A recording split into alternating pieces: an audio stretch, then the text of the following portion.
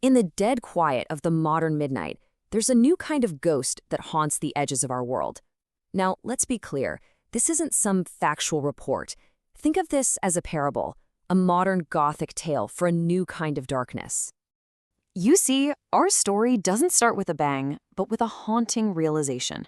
A single truth that just fell from the sky and poisoned the well of everything we thought we knew. So where does this all begin? Well, our story finds its ground zero in the New Mexican desert, with a single moment that didn't just break apart a craft, but cracked the very mirror of reality itself. 1947. That's the year. That's the fated hour. It was like a bell tolled across the desert, signaling that the old world and all its old-fashioned fears was officially over. Think about the Roswell incident less like a simple crush and more like the scene of a crime, a cosmic hit and run. But this crime had no suspects, no clear motive, and a body that was just spirited away, leaving behind a cold case that has haunted us ever since. Yeah, this was never just about some debris in a field. It was a deep psychological blow. It's a story of decay and collapse, suggesting that our entire house of reality was, built on a foundation that was way more fragile than we ever imagined. So, with that old reality shattered, the old terrors that used to haunt the earth, they had to find a new, colder home. They literally migrated from the soil and the graveyards to the stars. The whole address book for our fears got an update. The Phantom changed its address. The terror that once lived in damp, creepy cellars and crumbling castles now lives in the sterile vacuum of space. And that sound of rattling chains, it's been replaced by the faint scent of ozone in the air.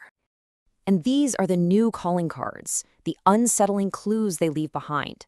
We're not talking about ectoplasm or cold spots anymore. No, this is something far more modern and way more disturbing.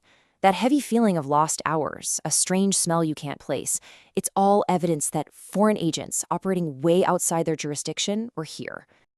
All right, let's turn away from the crime scene for a moment and look at the suspect itself.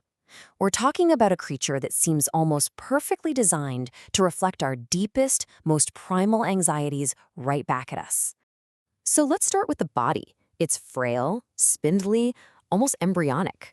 It's a shape that's recognizable as humanoid, sure, but it's been completely stripped of all vitality, of all spirit. All that's left is a cold, biological machine. And then, of course, there's the head. It's this heavy vault, seemingly for an intellect that operates on a frequency we can't even tune into. It hints at a being of pure thought, but a kind of thought that is just alien, cold, and utterly without empathy. The face? It gives you nothing back. No ears to hear you plead, no mouth to offer a reason. It's just a dead end, a blank canvas that we project all our terror onto, and it just absorbs it all, without even a flicker of recognition. But the real horror, I think we all know, is in the eyes. These aren't windows to a soul, they're surveillance equipment. They're polished, black, and completely empty. They're just instruments of pure observation, peering into us like we're nothing more than specimens on a slide. So why are they here? Well, these visitors aren't here for conquest or vengeance like the demons from the old stories. No, their purpose is way more clinical, and honestly, in many ways, it's far more horrifying. They're not spirits, they're scientists. And they have this ability to transform the sanctuary of your bedroom into a sterile, cold operating theater. They aren't violating the soul, they're violating the body itself. The motive behind all these procedures is just chillingly parasitic.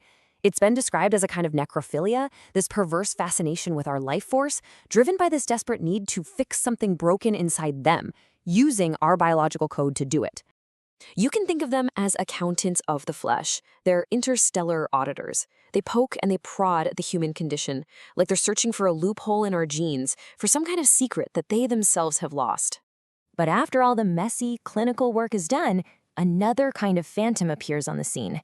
This is the cleanup crew, the ones who are sent to make sure the whole cosmic racket stays a secret.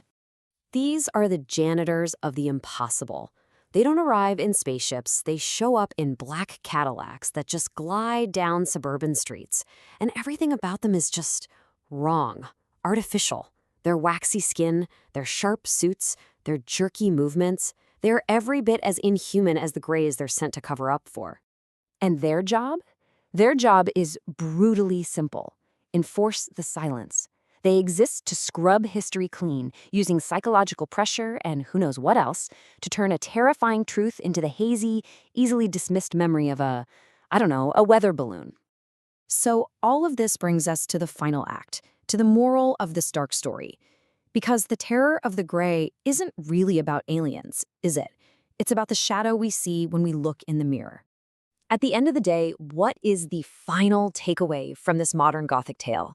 Why does this particular ghost hold such a powerful grip on our modern minds? Well, here's the bleak answer. The gray is a monument to our deepest fear, that we're not special, that we are just biological clockwork, a temporary design that's ready to be studied, disassembled, and ultimately replaced by colder, superior hands.